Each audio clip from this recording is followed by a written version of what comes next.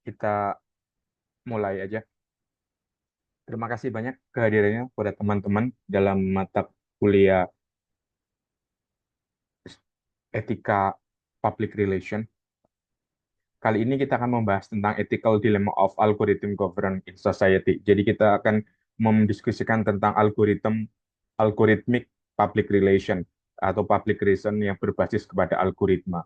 Kita ketahui bahwa algoritma itu kan menjadi ruhnya dari media sosial atau ruhnya media digital yang berkembang saat ini. Sehingga semua hal itu kan seolah-olah itu semuanya akhirnya tergantung kepada algoritma. Algoritmanya siapa? Algoritma Google, algoritmanya Meta, algoritmanya TikTok, dan lain sebagainya. Padahal algoritma itu merupakan sebuah ciptaan manusia dari bagian dari teknologi digital. Dan itu menjadi dilema, terutama berkaitan dengan etika dan berkaitan dengan pemanfaatannya ataupun manipulasi ataupun penggunaannya di dunia PR.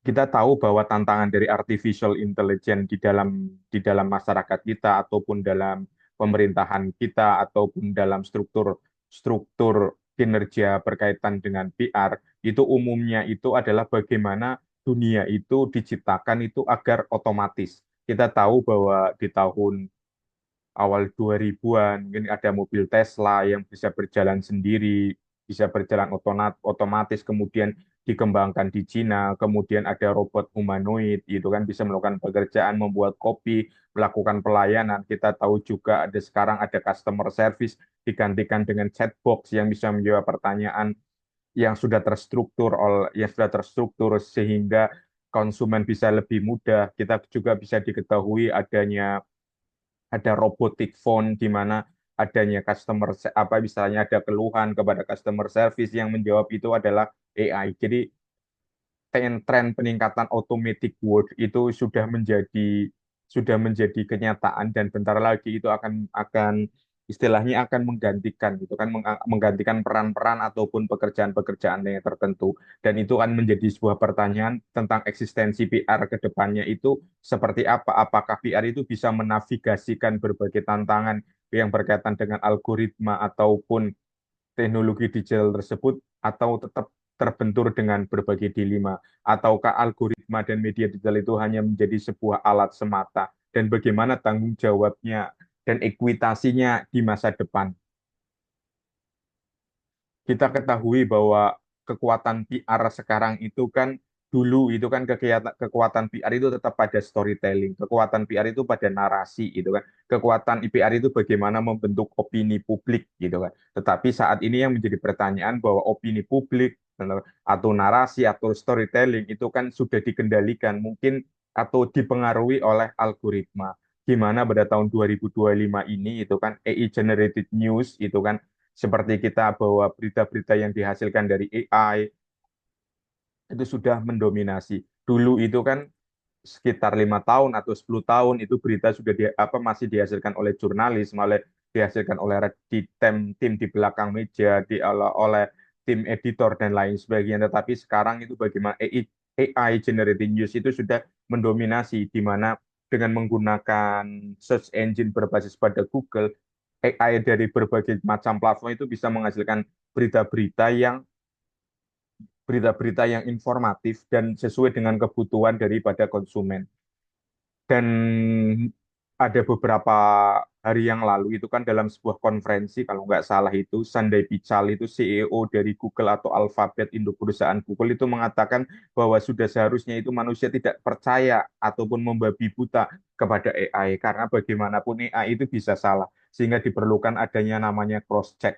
Tetapi ketika di Barat ataupun di Australia, di Amerika, dan di negara-negara maju, ketika AI sudah berkembang, masyarakat sudah memiliki literasi digital yang sangat kuat, literasi membaca yang kuat. Mereka memiliki pola pikir yang kreatif, kritis, dan inovatif itu lebih lebih dominan. Jadi tidak mudah terbelenggu, tidak mudah terpercaya, dan itu menjadi semacam apa ya, kekuatan utama. Tapi berbeda dengan masyarakat di negara dunia ketiga, negara yang masih berkembang, di mana masyarakatnya itu kerap gitu ketika ada satu informasi yang dihasilkan AI ataupun informasi yang dihasilkan dengan kolaborasi AI langsung dipercaya, padahal itu belum tentu belum tentu benar 100%. Hingga akhirnya itu sekarang PR campaign itu juga powered powered by AI. Jadi juga bisa menggunakan AI dan bisa bisa memanfaatkan AI, tetapi itu juga akan menghasilkan bias, dan bias itulah yang akan menjadi problematika etika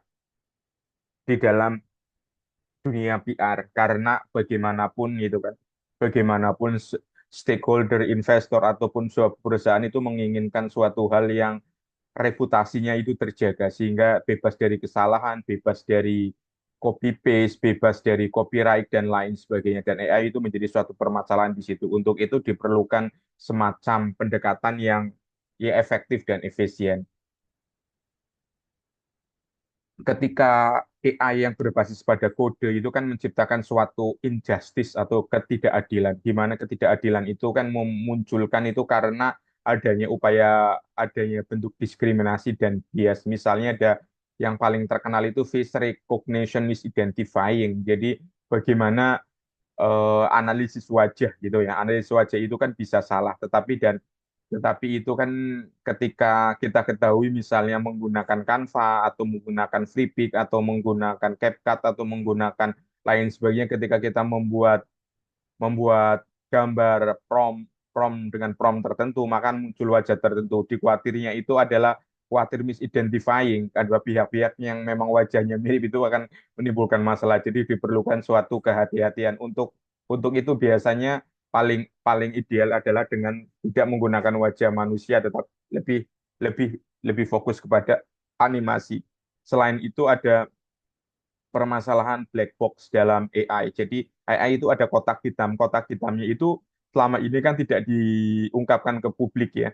Seperti hanya pesawat itu kan ada semacam rekamannya, ada servernya. Itu kan tidak diungkapkan ke publik sehingga kecuali saat pesawat itu jatuh dan itu melakukan kecelakaan. Sampai sekarang black box AI itu kan tidak diidentifikasi tidak diidentifikasi ataupun tidak dipaparkan ke publik, dan itu menjadi sebuah pertanyaan kepada perusahaan-perusahaan teknologi besar. Black box-nya itu seperti apa sih? Pola algoritmanya yang diinginkan seperti apa? Apakah hanya menginginkan informasi yang diinginkan oleh konsumen ketika kita mencari misalnya laptop, maka yang keluar informasi adalah berbagai jenis laptop. Tetapi jenis laptop yang diutamakan adalah mereka yang beriklan, gitu kan ya.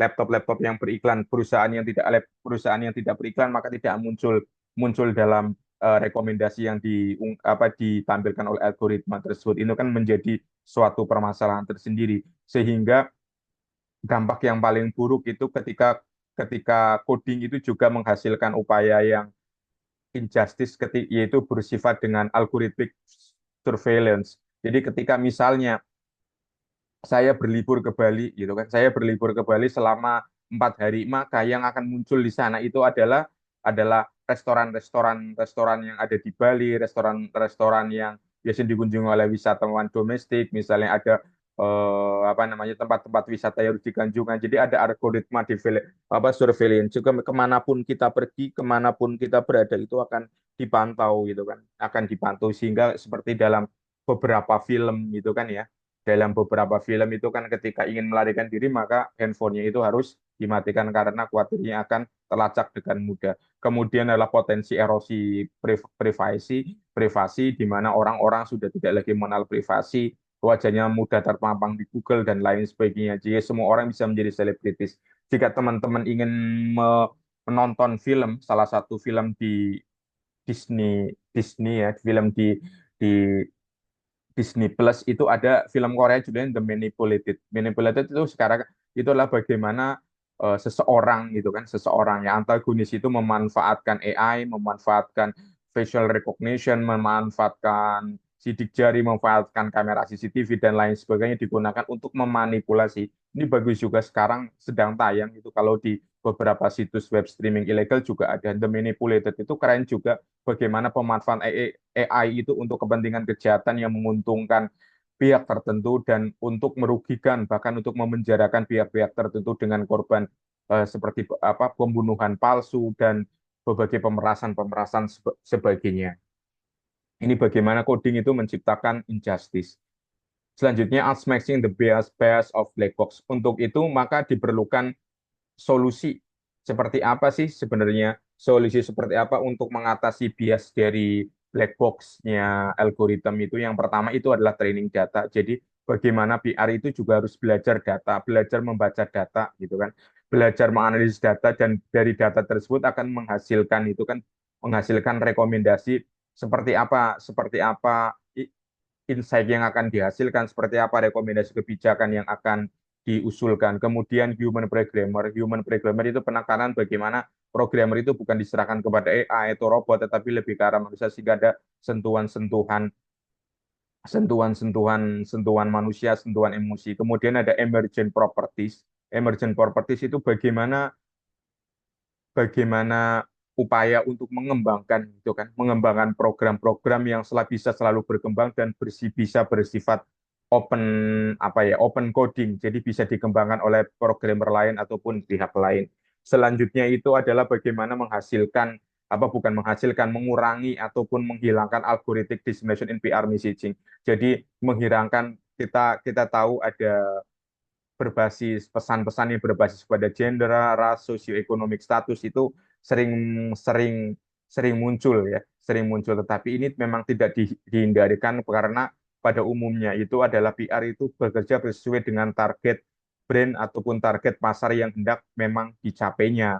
Itu seperti halnya ketika kita akan menjual mobil listrik misalnya, atau kita ingin menjual mobil mewah seperti Rolls Royce atau misalnya Bentley dan lain sebagainya, tidak mungkin kita akan menjualnya di mall Cinere atau di mall di mall Ciledug dan lain sebagainya. Pasti kita akan menjual di mall Pondok Indah atau di mall Gandaria karena memang itu berbasis kepada diskriminasi dan algoritma itu juga akan melakukan diskriminasi tersebut. Tetapi secara etika sebenarnya pesan itu harus bersifat non gender, pesan juga non rasis, juga non ekonomik status. Tapi pada kenyataannya itu memang tidak bisa dihindari karena itu berkaitan dengan target pasar. Kemudian itu bagaimana kita chilling effect and diverse voice, jadi menghasilkan ataupun memproduksi suara-suara, tone, atau memproduksi tekanan-tekanan dengan memprioritaskan kepada narasi-narasi tertentu. Seperti kita ketahui, ketika kita misalnya membuat prompt gambar di Grok ataupun kita membuat prompt gambar di ChatGPT dan lain sebagainya, umumnya itu kita akan memuncul wajah-wajah yang cenderung barat, gitu kan ya. Wajah cenderung barat, narasi yang cenderung barat, karena memang programnya itu kan dibuat di barat dan di Indonesia sendiri sudah ada beberapa AI yang memang buatan dalam negeri, tetapi belum belum belum terlalu populer. Kemudian digital influence of landscape di pada tahun 2005 itu adanya umumnya adalah bagaimana AI itu meningkatkan perception management tools. Jadi AI itu menjadi upaya untuk manajemen persepsi. Manajemen persepsi bagaimana bagaimana sebuah perusahaan itu kan bagaimana sebuah perusahaan itu memiliki persepsi yang bagus, memiliki reputasi yang bagus itu dimanfaatkan dengan AI dengan membuat pesan-pesan yang positif, dengan membuat gambar-gambar di medsos yang positif, dengan membuat iklan-iklan yang positif. Jadi penekanannya AI itu tetap sebagai tools dengan upaya pengadopsinya itu lebih luas pada bukan hanya sekedar tools semata, tetapi itu juga bisa menjadi semacam perspektif. Kemudian ada juga upaya untuk apa ini ya, upaya untuk menghindari dari deepfake dan AI generate content blur in line on reality in PR. Jadi bagaimana ada beberapa tren sekarang itu video di YouTube ataupun di TikTok, ketika video tersebut itu menampilkan orang tertentu yang tidak berizin, maksudnya kita tidak memiliki izin, maka itu wajahnya di blur dan lain sebagainya. Tetapi ketika memang sudah memiliki izin dari orang tersebut, maka wajahnya itu bisa ditampilkan dengan nyata, dan etika-etika seperti ini kan sepertinya sudah diatur dalam undang-undang di Indonesia. Kemudian digital influence landscape yang saat ini berkembang adalah bagian di diminishing role of traditional journalism, di mana jurnalisme tradisional sudah tergeserkan gitu kan, digantikan oleh AI, di mana AI itu bisa mengkurasi informasi sesuai dengan informasi yang dikumpulkan dan informasi yang kita inginkan. Jadi kurasi informasi yang berbasis AI itu sekarang gitu kan cenderung lebih banyak dipakai dibandingkan jurnalisme tradisional yang cenderung bergerak pelan gitu kan, cenderung bergerak pelan karena banyak gatekeeper yang bermain di situ dan banyak variasi cek fakta. Tetapi perlu diperhatikan bahwa AI correlated information juga perlu menjadi perlu adanya cek fakta untuk itu bahwa kemampuan cek fakta dari seorang PR itu juga perlu ditingkatkan. Selanjutnya itu bagaimana unseen architect of opinion, bagaimana kita mengarsitek suatu opini yang berkembang di media sosial atau berkembang di ranah digital itu di mana arsiteknya itu tidak kelihatan, akan tidak kelihatan. Bagaimana narasi-narasi yang akan dimainkan gitu kan. Padahal gitu kan. Di situ ada permainan dari perusahaan raksasa teknologi, ada pemerintah, kemudian aktor-aktor yang memang memang ingin memanfaatkan kesempatan sehingga diperlukan itu kan sebenarnya adanya etika tersebut. Kalau di dunia jurnalistik itu ada etika pengguna AI di dalam media, tetapi etika di dalam PR itu sepertinya saya belum diketahui apa itu sudah ada rumusan pastinya atau belum. Saya kira itu diperlukan semacam aturan dari pemerintah, aturan atau aturan dari Perhumas itu apa istilahnya membuat semacam rules yang jelas tentang penggunaan AI di dunia PR. Saya kira itu baru tahap wacana ataupun diskusi semata, tetapi belum ada kebijakan yang bisa dilembagakan atau bisa diterapkan di semua PR dalam kedepannya. Untuk itu ada prediktif VR itu bagaimana bagaimana itu PR seharusnya mengantisipasi perkembangan AI itu sehingga peran PR itu tidak bisa tergerus. Kemudian ada upaya untuk menavigasi gitu kan, menavigasi pengaruh PR pengaruh AI itu dalam dunia PR dengan utama dengan cara satu yaitu meningkatkan transparansi dan meningkatkan akuntabilitas sehingga diperlukan upaya dari pengembang, regulator ataupun masyarakat untuk bersatu gitu kan, untuk bersatu mewujudkan transparansi dan akuntabilitas tersebut. Tetapi faktor utamanya itu biasanya masyarakat kita itu kan ada kecenderungan upaya menyembunyikan penggunaan AI dan lain sebagainya. Itu karena ada malu dan lain sebagainya. Padahal ketika itu mendiskusikan tentang AI tidak ada masalah ketika mengakui bahwa materi ini didapatkan dari AI dan lain sebagainya. Untuk itu, sebagai solusi yang ditawarkan adalah bagaimana menghasilkan responsible algorithmic future. Jadi pengembangan AI itu harus bersifat bertanggung jawab, responsible tujuannya atau memitigasi bias. Jadi tidak menimbulkan bias. Jangan sampai informasi yang dihasilkan itu kan dari pesan yang disampaikan kepada masyarakat itu menimbulkan bias dan berdampak buruk kepada masyarakat sehingga diperlukan tanggung jawab bersama, bersama. Jadi bukan hanya automated society. Jadi automated society saya masyarakat yang hanya menerima adanya tentang perkembangan AI dan menerima apa adanya yang dari PR dan lain sebagainya hingga hingga akhirnya cenderung menjadi semacam follower saja, tidak menjadi tidak menjadi pionir. Saya kira itu aja penjelasan dari materi saya.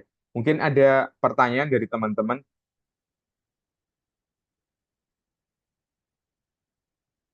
Jika tidak ada teman-teman yang belum mengirimkan tugas proyek UTS, silakan dikumpulkan. Dan teman-teman yang tadi ada saya belum saya cek semua untuk nilainya. Itu ada yang mengirimkan video doang, ada yang mengirimkan makalah doang. Dan kalau bisa mengirimkannya dua-duanya ya, bisa linknya itu ditaruh di bawah. Dan kalau memang yang belum buat tugasnya, makalahnya nggak usah panjang-panjang, satu halaman ataupun satu slide. Jadi nggak usah sampai 5 halaman atau 6 halaman. Tapi bagi yang sudah bikin ya tidak ada masalah. Kalau untuk videonya boleh di-upload di apa link web link IG kelas ataupun di IG pribadi. Mungkin ada pertanyaan. Jika tidak ada pertanyaan, saya tutup aja. Ataupun kalau ada pertanyaan, silakan kirim di WA personal atau di WA grup. Terima kasih banyak atas kehadirannya pada Zoom kelas pagi hari ini. Saya tutup. Assalamualaikum warahmatullahi wabarakatuh.